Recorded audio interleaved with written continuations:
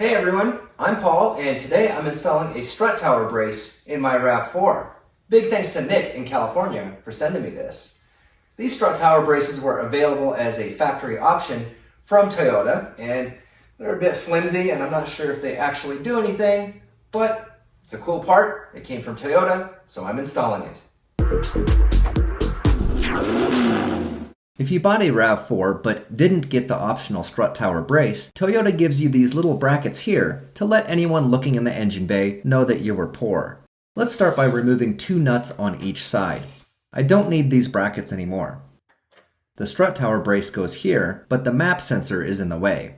I won't have to relocate it, but I have to move it to install the bolts. Next step is to reinstall the strut tower nuts.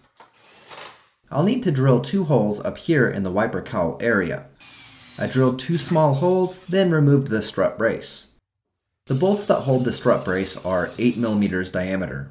Here in the US, drill bits are in fractions of an inch, so I just used a stepper bit until the bolts fit in the holes. I removed the windshield wipers, and this plastic thing has to go too.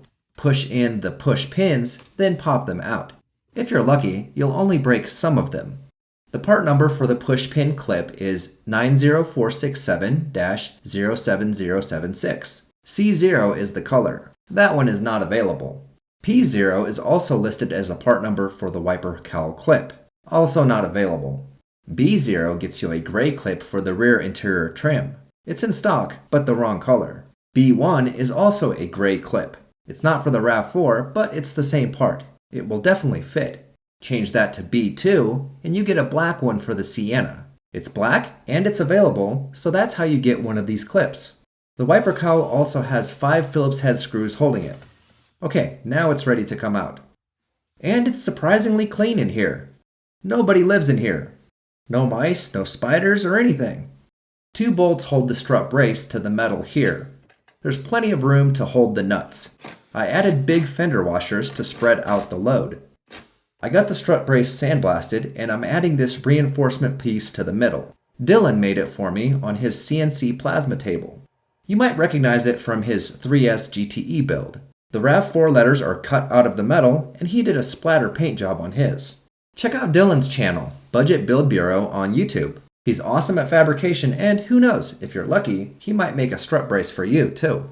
The original Toyota strut brace is very flexible, so it's important to have it bolted in place before welding on the reinforcement piece. I did a few tack welds here to hold everything together and finished welding it off the car. I decided to go with the same Ford light blue engine paint that I used for all my other brackets. The factory service manual says to torque the strut mounting bolts to 59 foot-pounds. I think that's a little too tight, and I torqued them to 50 instead. Okay, almost done. I just need to put the plastic stuff back together. The push pins start out like this, and you push them flat after putting them in. The screws are next. That's not rust, it's patina. 5 screws hold the plastic wiper cowl in place. The left side wiper arm has a shorter piece by the wiper blade, and the right side wiper is longer by the blade. That's how you tell them apart. The wipers go on a tapered shaft, so get the nuts nice and tight so they don't spin. Make sure the wipers start and stop in the right position. I have 20-inch wiper blades on both sides. This strut brace is pretty sweet. Next time you're at the junkyard, be sure to check all the RAV4s for cool parts like this strut brace, fender flares, headlights and taillights in good condition, or the limited slip rear differential. Even if you don't need these parts, save them from the crusher and sell them to somebody else with the RAV4. Thanks for watching, and see you guys next time.